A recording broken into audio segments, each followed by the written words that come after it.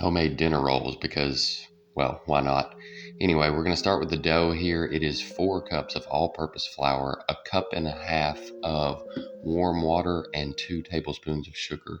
You should add 2 packs of yeast here. I only added one because I thought I could get away with it. I could not. You'll see that in a minute. Anyway, then we're going to add 2 tablespoons of salt, 2 eggs, and 6 tablespoons of melted butter to the flour. Mix all this together, and then once your yeast is activated, you can pour that into this and continue mixing until it forms a dough. Then we're going to work this, till it's doughy and stuff.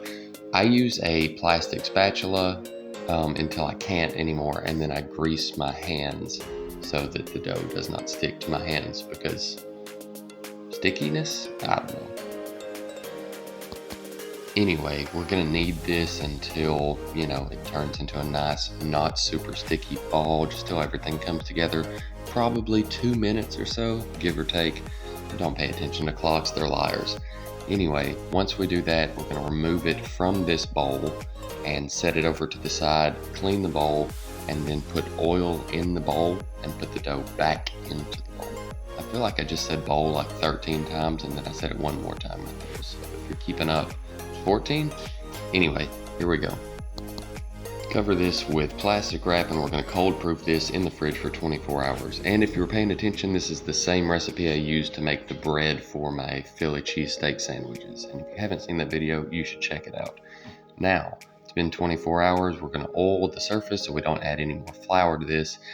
Fold it just a little bit, get everything nice and slick. And then I work it into a rectangle E shape just so everything's kind of nice and even, flat across the top. And then I score with a butter knife or whatever utensil you decide to use, just so I can visually see that the pieces are relatively even. We don't want irregular shaped and sized dinner rolls now, do we?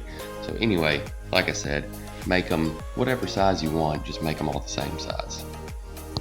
Now take your sections of dough and roll them into balls and place them on baking sheets, and then cover that with saran wrap or plastic wrap because I'm not sponsored, and let that sit at room temperature for about an hour. These are going to nearly double in size. Then, once an hour has elapsed, you can brush the tops of these with melted butter, and you will need to bake them in the oven for 20 to 25 minutes at 425 degrees Fahrenheit. As you can see, I didn't quite get double the rise because, I did not put 2 packs of yeast in it like I said I should have because I doubled my Philly cheesesteak roll recipe. But at any rate, these came out great and they're a great addition to basically everything you eat. Thanks for watching, guys.